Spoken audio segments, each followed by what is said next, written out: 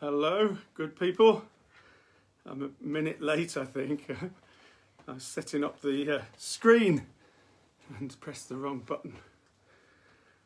Ooh, so welcome. I'm just trying to adjust that a bit the wrong way. Everything's backwards on the screen, isn't it? There we are. Hello. Lovely to see you. Or at least I trust you can. Somebody's there. Hello, Sergio. Sergio Braden-Bergini. Welcome. John King, welcome. Mark Taft, welcome. Melanie Mamakos from California. Margareta Berg. And I always forget, is it France? I'm guessing. Lovely. And Lydia Jordan. Beautiful. Okay. So I just put the candle in the middle. I had to move it to lean over so as not to burn myself. So this week is going to be on what I found to be a fascinating topic of synchronicity. I hope you enjoy it as much as I have. So Carl Jung is associated with synchronicity. I'm going to start with a quote. It's nothing to do with synchronicity, just because I like it. He said the difference between a good life and a bad life is how well you walk through the fire. And I think there's a lot in that. But he also said, and this is where it does chime with our subject tonight, he said that when synchronistic events happen in your life, and if you're not sure what I'm on about, we'll explore it together. When synchronistic events happen in our lives, it's a sign that we're in tune with our destiny. So there's an interesting one to play with. So a sip of water, a toast to everyone, and a huge welcome. Sovereign Earth 45, Synchronicity. So we'll have a song. And this does touch on synchronicity, as you'll see as we develop the theme. I am a circle. I am healing you. You are a circle. You are healing me. Unite us as one. Unite us, be as one. Please join if you care to. I invite you to. I am a circle.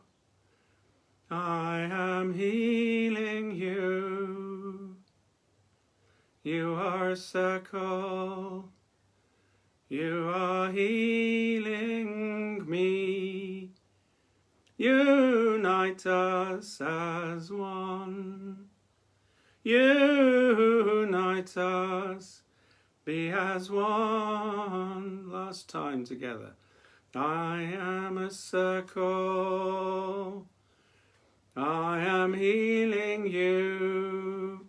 You are a circle. You are healing me. Unite us as one. Unite us, be as one.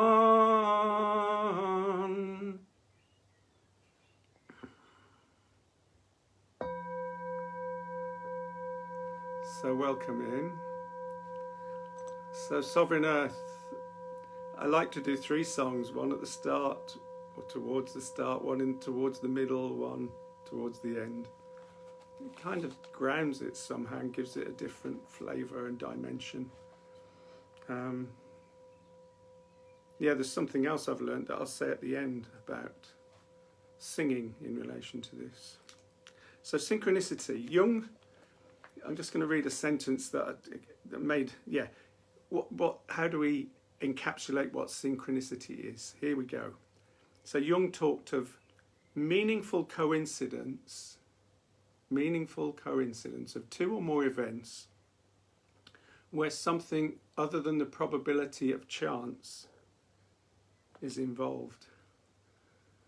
So he sat with that concept I'll read it again. He talked of meaningful coincidence of two or more events where something other than the probability of chance is involved. We'll explore all this more. I'm just trying to give you a handle on it. He sat with it. We've got 30 minutes. He sat with it for 30 years. He sat with it from the 1920s until 1951, when he gave his first lecture on the subject. And in his early years, in the 20s, he sat with Albert Einstein, and they explored this concept alongside Einstein's theory of relativity. And they're linked in a way. And that's where Jung got his ideas from. But I think he got them from somewhere else, which I'll touch on later as well. So just as events can be linked by causality, so what do I mean by that? Events, so the sun has shone for weeks and we haven't had rain. The flowers are wilting. They need some rain, which might come tomorrow from the sound of it. There's a cause and effect. The brook at the bottom of the hill there can overflow some winters when we get a lot of rain. Cause, effect. The sun rises and it gets light. Causality. So we know what's causing it. But just as events can be connected by causality, if one allows for synchronicity, and I say if one allows for synchronicity, they can also be connected by meaning. And this is the crux of it. So events connected by meaning, they don't have to have an explanation.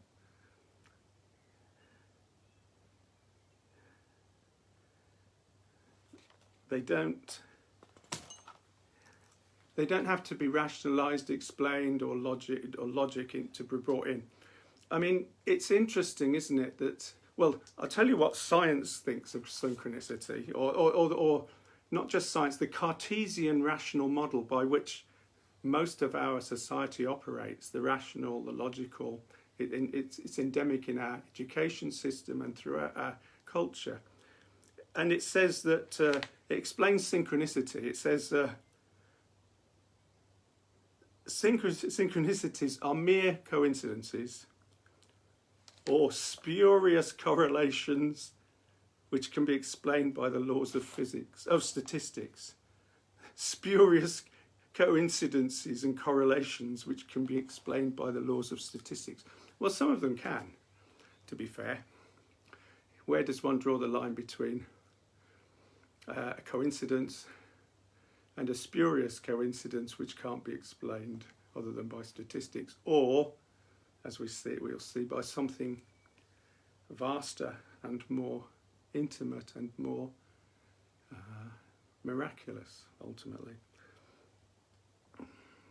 It's interesting. Science, the rational thought explains coincidence in that way, spurious correlations. But science itself says that everything has an equal and opposite.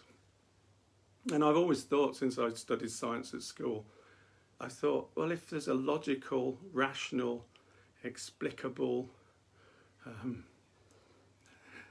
explicable sort of sensible option, there has to be an irrational, illogical, nonsensible, mystical or mysterious, or there has to be that option as well. Both exist. But too often, in my upbringing at least, maybe it's changing in it as we move into this awakening that's going on. But too often that allowance for the mysterious and the magical is poo-pooed as a spurious correlation, which can be explained away by statistics. Anyway, so what is synchronicity?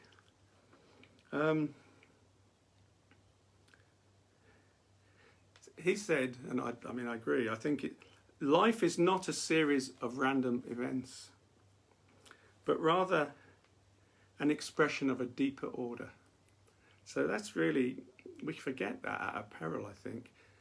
It's not a series of random events. It's an expression of something that has deeper meaning, deeper purpose. I think we know that. especially those of us inclined to watch this sort of program. And he talked of the unus mundus, Latin for unus, one, mundus, world, one world, all connected. And it ties in with, we talk about the universe, don't we? But we talk of the universe as being everything, and we forget it means one song, one verse. That's how I look on it.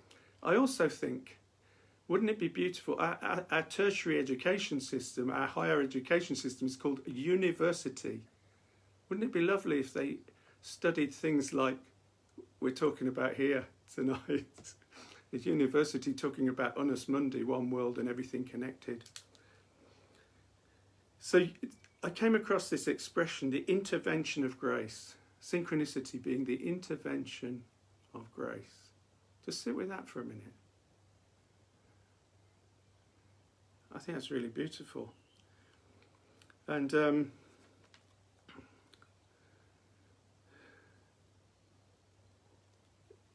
there is a relationship between synchronicity and dreams in a way, but I mean, I don't want to get too stuck in that, but dreams take us out of our egocentric, they take us into a more holistic view often. We can see things, integrate experiences by seeing them within a greater picture in this dreamscape.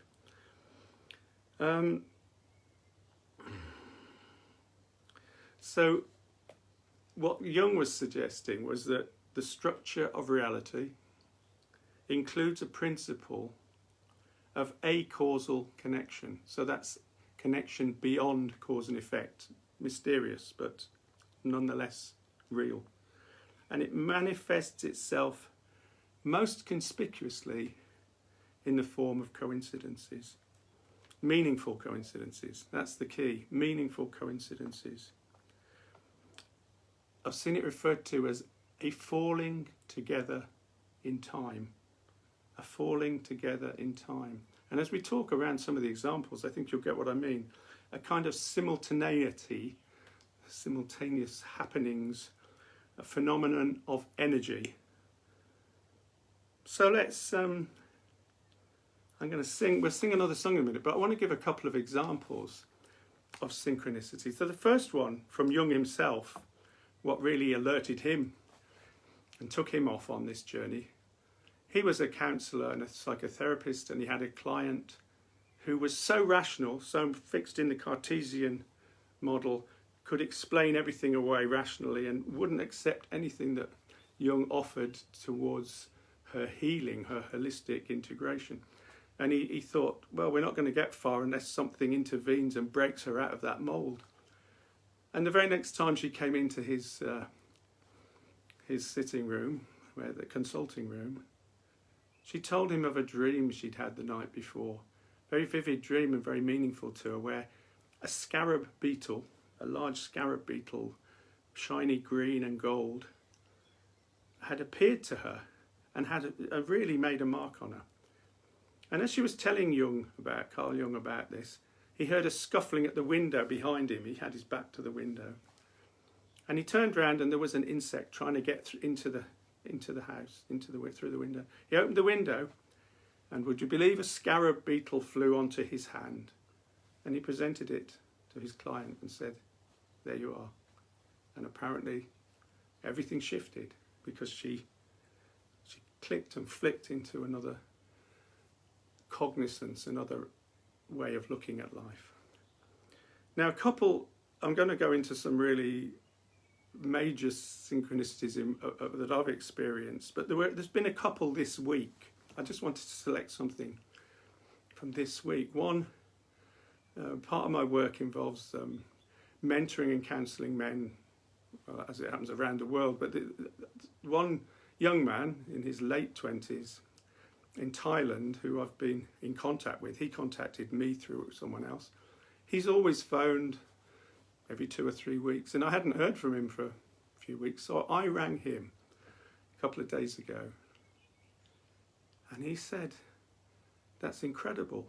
You couldn't have rung at a more important moment in my life. I've just experienced the most significant thing in my life so far, and I needed and wanted someone to share and affirm that with. He described it as like I was there to share him having scaled Mount Everest, and I was up on the peak with him, hearing his story. Now you can, okay, spurious coincidence, maybe. Here's another one. Also this week, on Wednesday, I was privileged to be part of a celebrant, along with others, at a Druid's funeral. Philip Harris, one or two of you watching know him, or knew him. And it was a beautiful day, beautiful ceremony. And as John King and Lynn, who are watching, will know only too well, I wanted to sing a really meaningful song around his grave, and I sang I Am the Land. We'll sing it in a minute. We sang I Am the Land for Philip Harris. But would you believe, while we were singing that, I came back from that funeral, and John, thank you John for having told me, but I heard it the next day from Nathan up on the farm as well. The person who wrote the song, Phil Jones, had passed away earlier that day. So we sang that song for Philip Harris, but in a way it was Phil Jones as well. And I'd like to sing it for a third person, 3 Philips, Philip Harris, Philip Jones. I want to sing it also for someone who hasn't passed away, not entirely, although in one sense he has, or will soon. Philip Cargom is passing his crown, his metaphorical chieftain, it's passing on to Ema on Friday over into Saturday. So I won't be having earth service on Friday. At 8 o'clock it will be Philip Cargom giving his farewell address on Facebook under the Order of Bards, Ovates and Druids. But I want to sing the song. So, yes, synchronicities. I need to reach for my drum.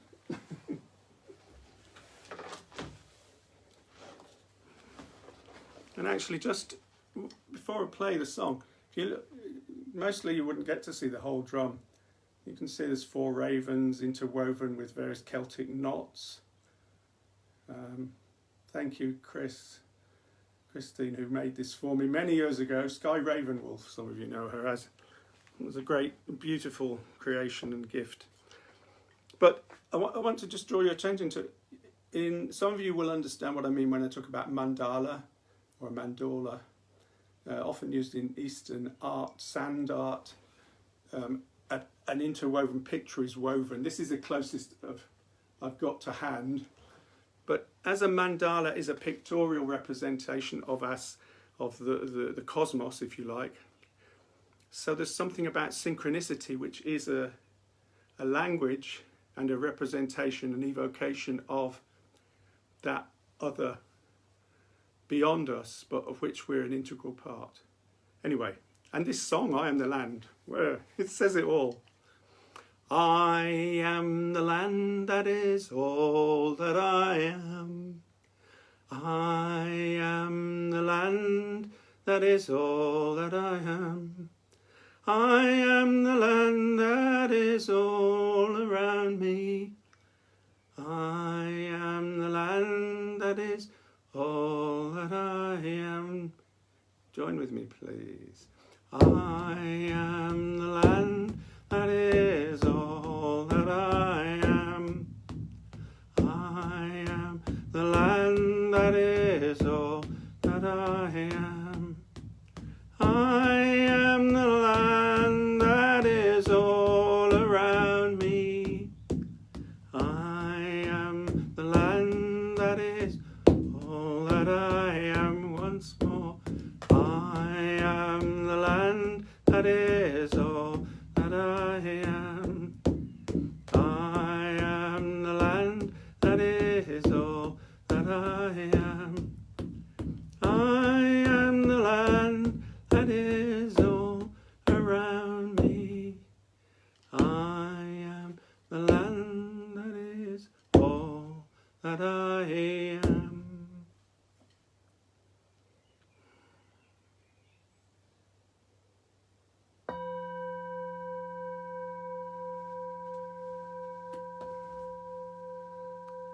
While we were singing that, I just realised the guy I spoke to in Thailand's Phil, is another Philip, Phil. So it's the week of Phils for me. Phil in Thailand, Phil Harris funeral, Phil Jones's death, and Philip Carr-Gomm's symbolic death as he passes on his chieftainship of 32 years to Ema. So I'm going to go in the second half of this and talk about a much older recognition of synchronicity, and much more, actually it gets really much more interesting, I think. But before that, I'd like to invite us at this point to share a brief guided visualization. And I'd like us to close our eyes. If we close our eyes,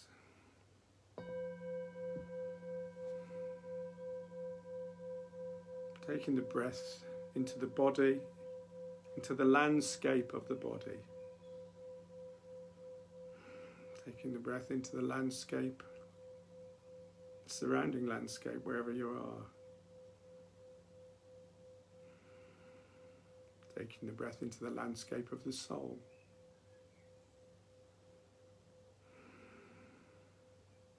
Body, earth, soul. So in our mind's eye, I'm inviting us to we find ourselves magically. We're in a wood with we're walking barefoot in a wood with soft grass, lush grass underfoot, a path through the woods.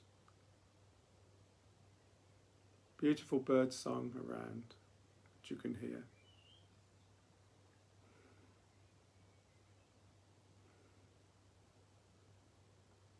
Beautiful smells of the forest, of the woodland and flowers. Beautiful touch of the breeze on the skin.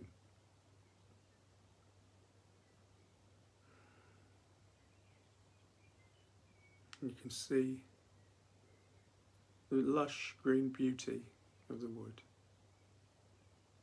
I'm just going to go with that while I just open the window to allow the bird song in on this meditation.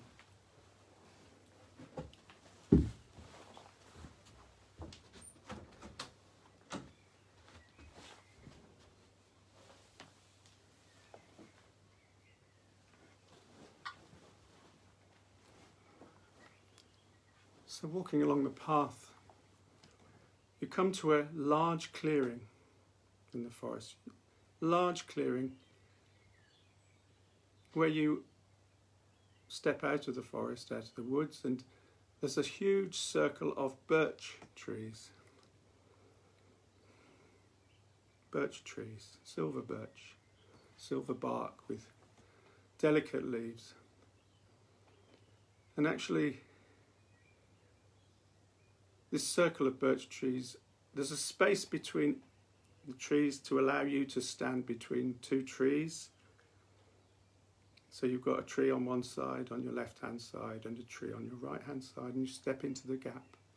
Comfortable gap for you to stand and reach out your arm, your hand to the tree on either side.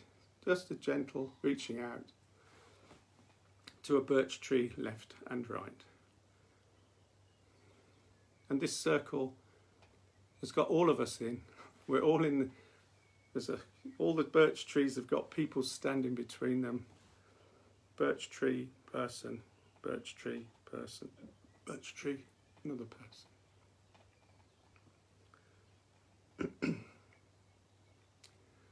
So I'm going to invite us to open up to connecting through the trees to everyone in the circle, just allowing us all this notion of unus mundus, of universe, of one song. We link in one circle. I am a circle. I am healing you.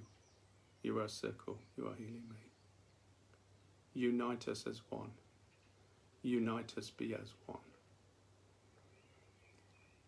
Feel the connection. All of us together, here present, worldwide yet connected in this global grove.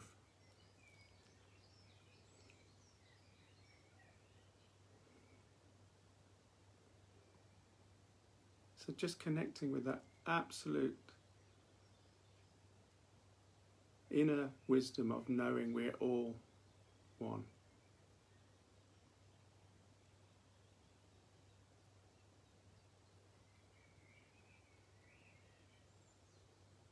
from this place, I invite you to cast your mind through your life. Can you pinpoint a particular synchronistic event, a synchronicity, a meaningful coincidence that has really made its mark on you? Can you connect with that?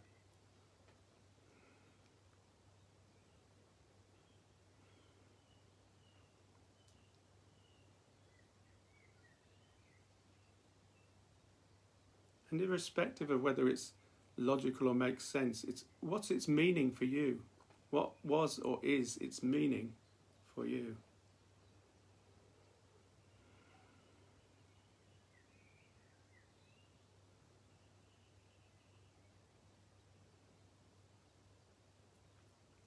And can you relate it? This is an invitation, there's no right or wrong, might not work, but can you relate it to your destiny? Does it make any sense in the map of your life?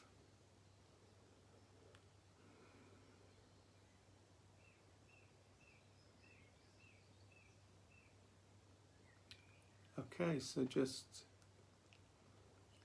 giving thanks. Just in gratitude, you find a way of departing or releasing your hands from touching the birch trees on either side. Just in gratitude, you drop your hands. You bow to your fellow beings and have a smile at their variety and our ridiculousness at one level, our beauty and our ridiculousness and our wonderment. We all bow to each other. We turn around and walk back along that beautiful path, that lush, soft green path with the birds still singing. And the smell, the forest, and the breeze on our skin. And we make our way back along the path until we find ourselves here in this place together again.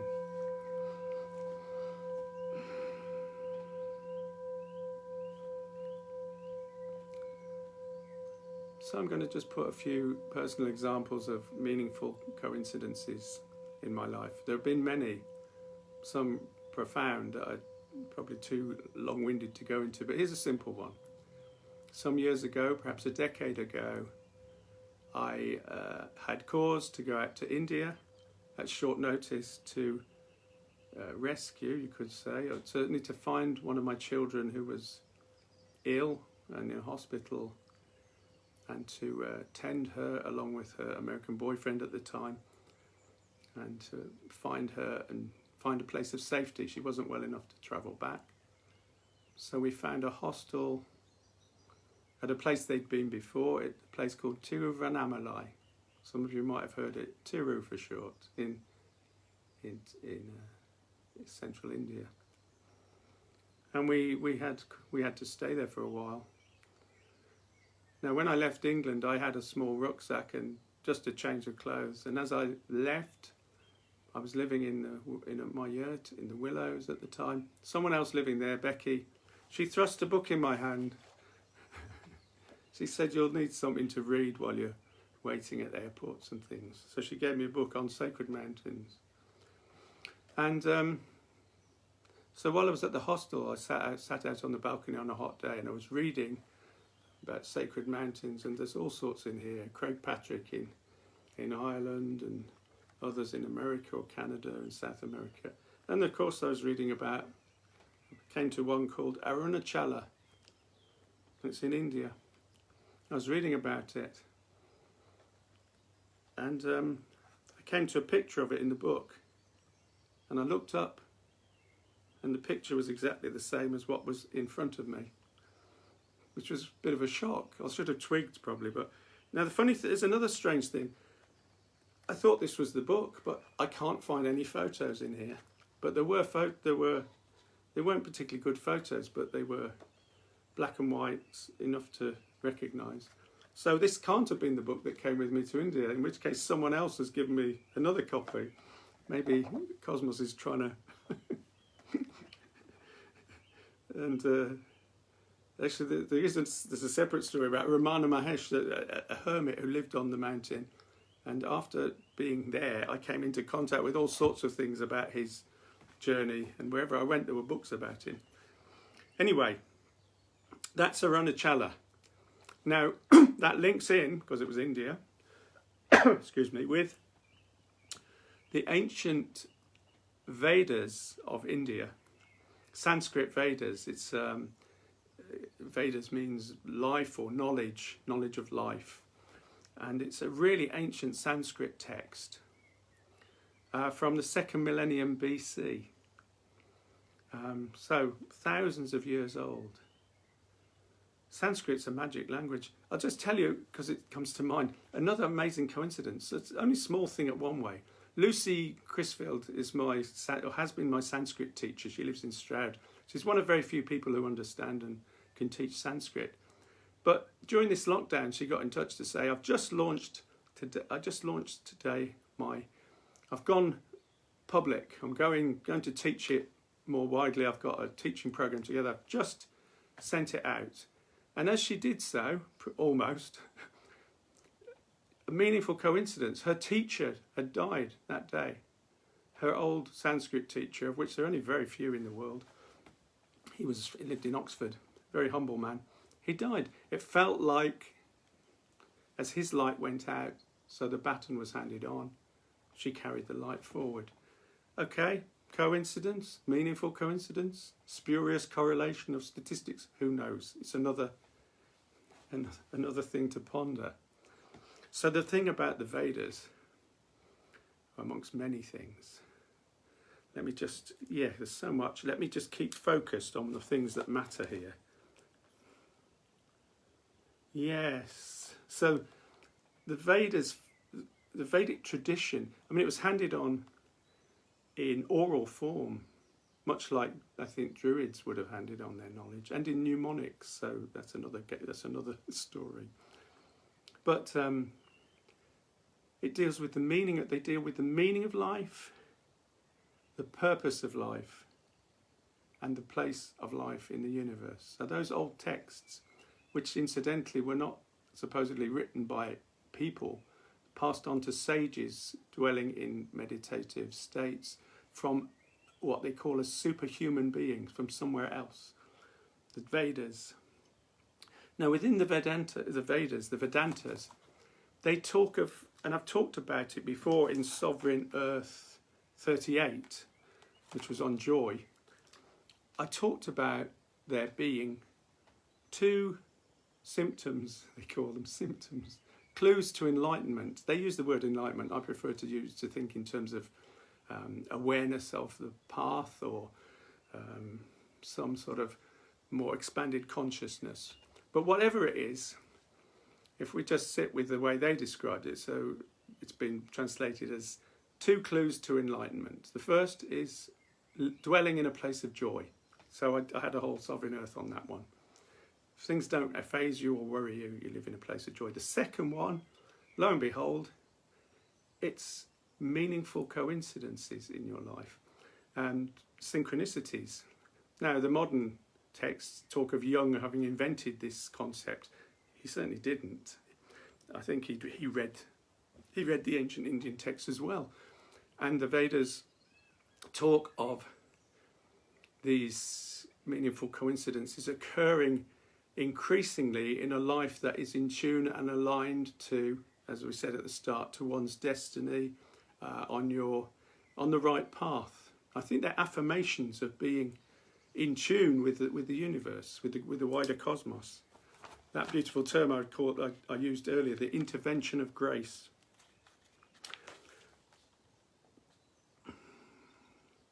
And the Vedas, they talk of a miracle being a synchronistic event. They talk about the time span between the intention of an event and the manifestation of that event being compressed and dramatically shortened. I'm not sure that's the whole story, but certainly when synchronicities, deep synchronicities occur, there is that sense of being in tune, in flow with time, space, and the cosmos. Now we're going to sing one last song, but I want to share with you, before that, a meaningful coincidence that for me it's very near damn impossible to explain it as anything other than a synchronicity, a meaningful coincidence that defies logic. Anyway, here we are. So a few years ago, when I first met my wife now, well, the first day we went out together, we went to Glastonbury, and it was middle of February, and we clicked. We knew that, and something happens. I mean, you could say that we fell in love. We both recognised that we did and knew it without saying it. And falling in love itself is a synchronistic type affair. It's not explicable by, it has a spurious coincidence or correlation of statistics. Anyway, we shared this wonderful day, and in the afternoon we went up, for those who know it, Weary All Hill, just on the edge of Glastonbury. There's a hill, and we wandered up there late afternoon, and we just stood there just under the ridge, on the leeward side of the ridge, and we heard this noise, and it was like, well, it's like nothing I've heard before. It's like just this amazing, awesome noise which enveloped us. It was tens of thousands of starlings, a murmuration of starlings. Some of you may have seen this. It's one of the wonders of the world for me. A murmuration of tens of thousands of starlings. It came out of nowhere over the hill, and it was above us, just about of arm's reach, about the height of a ceiling in a house, and came over, and as far as we could see to the left and to our right were starlings, and we were in the midst of starlings. We were part of the murmuration, just the flapping of wings. It's quite incredible. It's awesome, and it felt like it lasted a long time. It probably lasted a few seconds, 5 or 6 seconds maybe, but whatever. What are the odds? I mean, I've never experienced that before. I've never met anyone else who's experienced it. What are the odds of that happening at that moment in my life? That one moment where it completely and utterly represented what was happening between us. It was the cosmos singing yes. But there's a synchronicity, but yeah, which is magical. It's a miracle. So here's a song which I think touches on the mystery of synchronicity. A Gaelic song, Caim agus Cura. Some of you know it. I've sung it before. It's one of my favourites, for sure. One of Fleur's favourites as well, so that's appropriate.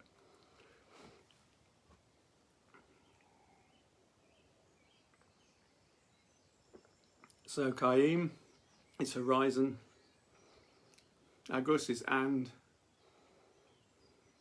Cura is coracle, and it's to do with the interrelationship and the magical fusion of the horizon of the rim of the coracle, the boat.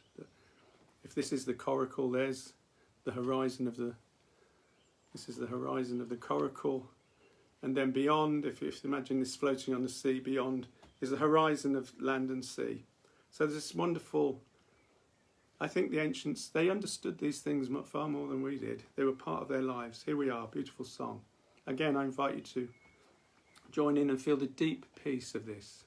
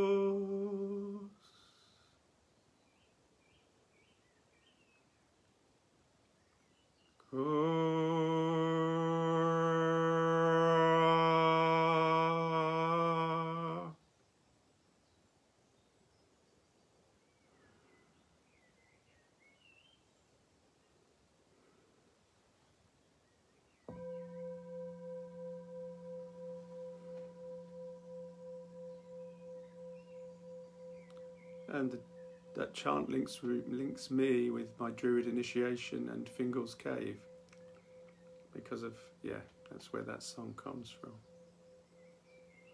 Anyway, I'm going to draw the threads of this together briefly now as we draw it to a close. But just for that, in case there are people here who aren't familiar with Sovereign Earth. So Sovereign Earth grows out of a vision of humanity holding nature as being sacred again. And each episode of each presentation of Sovereign Earth is a facet of the tool set I believe is necessary in order to bring that about. And I have this extra vision of schools having this as their curriculum. This would be the core curriculum of a university's first year. They would be the building blocks for everything else. University. There's another. Why not? That would be beautiful, wouldn't it? But here's a few quite powerful thoughts, I think. Partly inspired by Deepak Chopra, who wrote, I think he wrote a book called The Language of the Holographic Cosmos, and that's for him was synchronicity. So synchronicity just doesn't happen by itself. This gets really interesting. Just as spiritual development doesn't actually just happen, does it?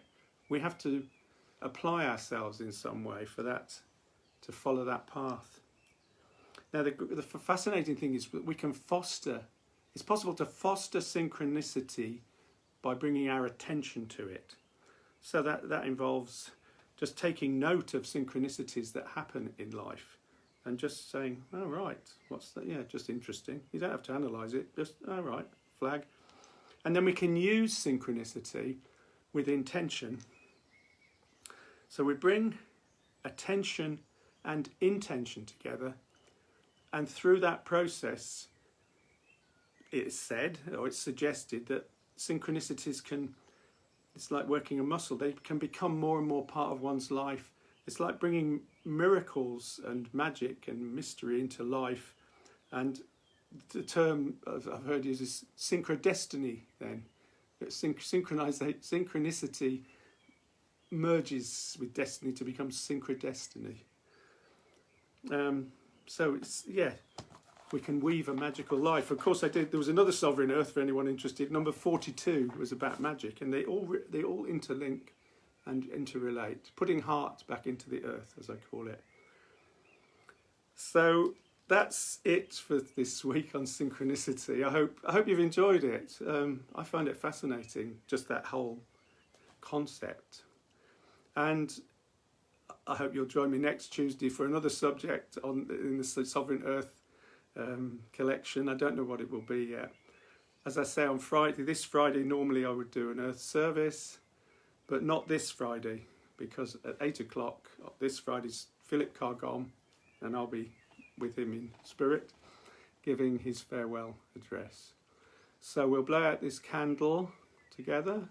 I invite us all to draw a breath, and we'll blow it out for the good of all beings. Deep breath.